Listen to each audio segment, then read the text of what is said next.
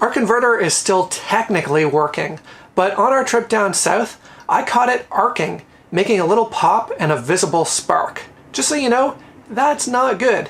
That could lead to a big boom. Now that we're back, let's take a look at how to remove a bad converter and replace it with a new one.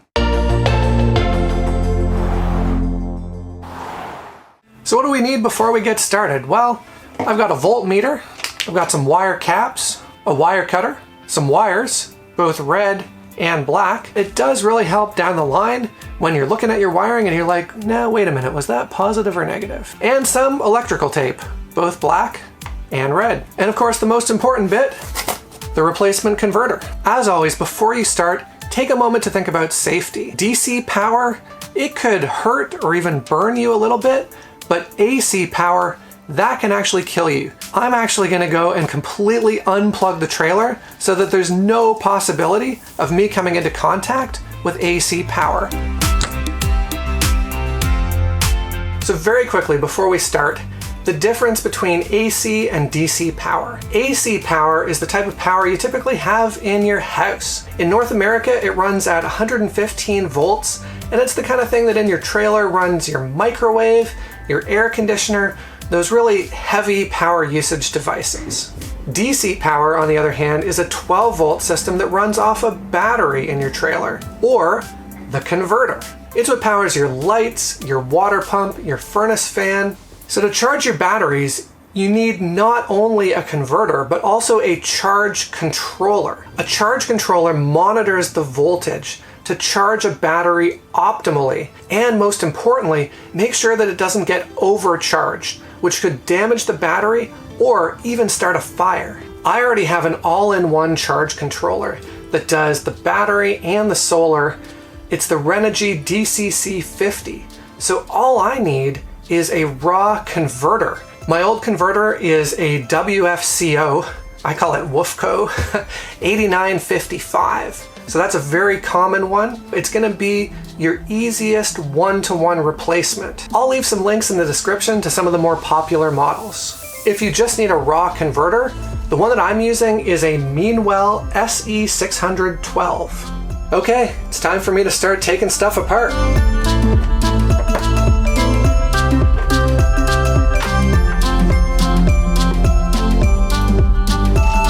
Now I'm going to completely shut everything off. So this little silver box down here is the converter. And if you buy the WFCO replacement, all you need to do is unscrew these two things here and just slide it out, and you can slide in a new module that's exactly like this. I think then you need to hook up 5 wires and you'll be done.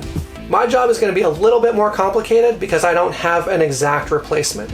Like I said, I just have the raw converter. I've got everything prepped, but now there's a very important safety step. I'm going to check all the connections and make sure that there is no electricity flowing through the system right now. Showing 0, that's good. Then as an extra cautious step, I'm going to turn off all the breakers. Now I'll switch to DC mode.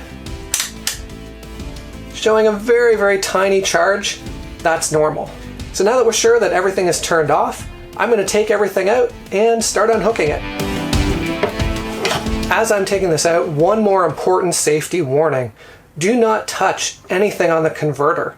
The converter has something called capacitors, and they're basically little mini batteries, but they have the capacity to unload a ton of current all at once. So you could get very injured by touching a charged capacitor.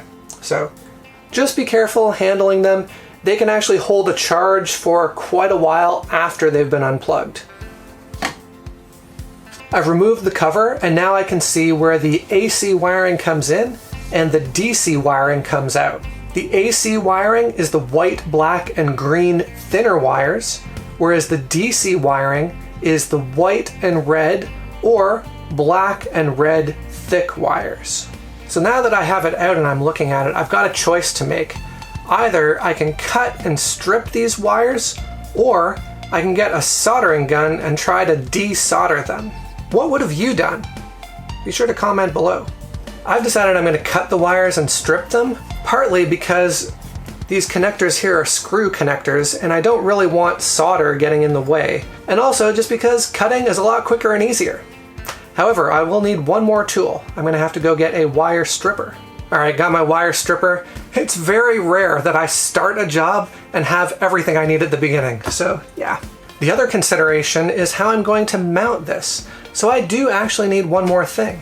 I'm going to use some two-sided mounting tape that's worked really well for mounting some other things in the trailer. Alright, got my mounting tape. Now I'm ready to start the scary part, cutting the wires.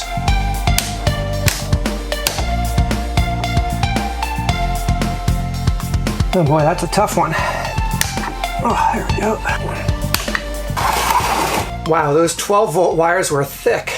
It's the way they have to be. So I should note that I got this converter from a company called DigiKey. I'm not affiliated with it or anything, but my friend Matt actually told me about it. So I just want to give a shout out to my friend Matt over at his channel. He does some really cool electronic stuff, including building a battle bot. So definitely go check that out. So now all I've got to do is strip the wires and hook them up. The AC wires are going to be super easy, but those 12-volt ones could be a bit of a challenge. They have 3 connectors for each one, so you need to divide up the wire. So I'm going to start with the AC because that's the easiest. So with the AC wiring, your black is your hot or live wire, your white wire is your neutral, and then your green wire here is your ground. So all you have to do is make sure that you hook up the right wire to the right connection on the converter.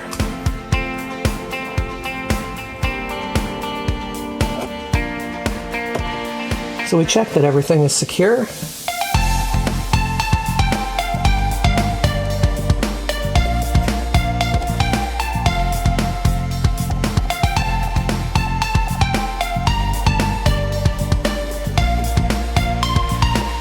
So splitting that thick 12-volt wire was not as easy as I hoped it would be. I put a little bit of electrical tape over the metal case because I figured like having live wires near that metal case just wasn't the best idea. Whew, everything is hooked up.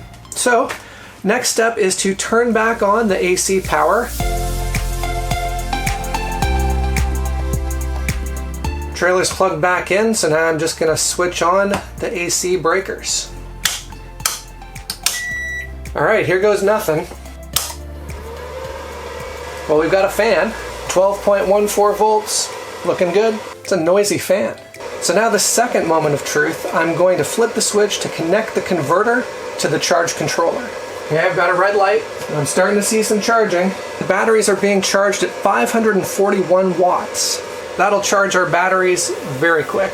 So I'm going to tentatively call this project a success. So hold on, there's actually one more thing I'm going to do before I close everything up. That fan is fairly noisy. So the annoying thing about how our trailer is set up right now, the converter is on the same breaker as like half the electrical outlets in the trailer. So what I'm going to do is rewire it such that those outlets are on the water heater breaker. That way I can turn off the converter because most of the time we're not using it. So I really hope this video was helpful for you. If you have any questions about the details of what I did here, something I missed in the video, just hit me up in the comments. I'm happy to answer. Before you start a project like this, if you haven't done a lot of work with electricity, be sure to check out our RV Electricity 101 video that teaches you the basics of your RV electrics. And be sure to check out our other how-to videos, like how to troubleshoot your RV furnace if it's not working, or how to install solar and lithium batteries. Again, I hope you found this useful, and take care. It's what powers your lights, your water pump. What else? Over the case, metal case, yeah. I'll leave some links in the... Make sure you don't miss the next video by liking, subscribing, and turning on notifications. Thanks for joining us, and we'll see you in the next one.